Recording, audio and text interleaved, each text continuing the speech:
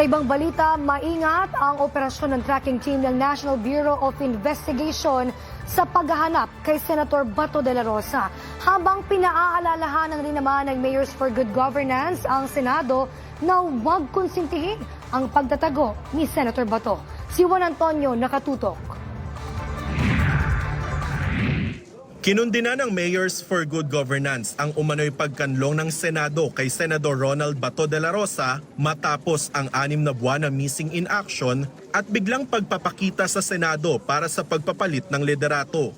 Sa kanilang pahayag, ipinunto ng Mayors for Good Governance na hindi dapat maging kanlungan ng absenteeism at taguan ang Senado. Dapat daw walk the talk ang mga senador sa pagsunod sa batas, magpakita ng pananagutan, integridad at tumugon sa kapakanan ng publiko. Maingat naman ang tracking team ng National Bureau of Investigation sa kanilang mga hakbang para hanapin ang puganteng senador. Ayon sa NBI, posible kasing armado si De La Rosa na dating PNP chief.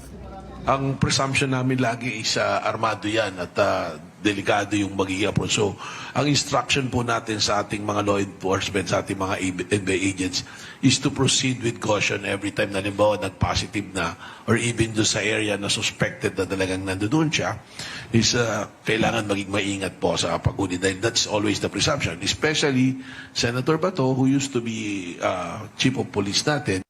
Nananatili ring person of interest si Senador Robin Padilla sa pinagtataguan ni Bato, lalo na't umamin na rin si Padilla na sa kanya sumakay ang senador palabas ng Senado. Hinikayat naman ng NBI na dapat voluntaryo ng isuko ni Padilla ang mga impormasyon. It is Senator Padilla himself who confirmed na sa kanya sumakay, nakisakay sa kanya at ibinaba niya sa isang lugar kung saan kinuha.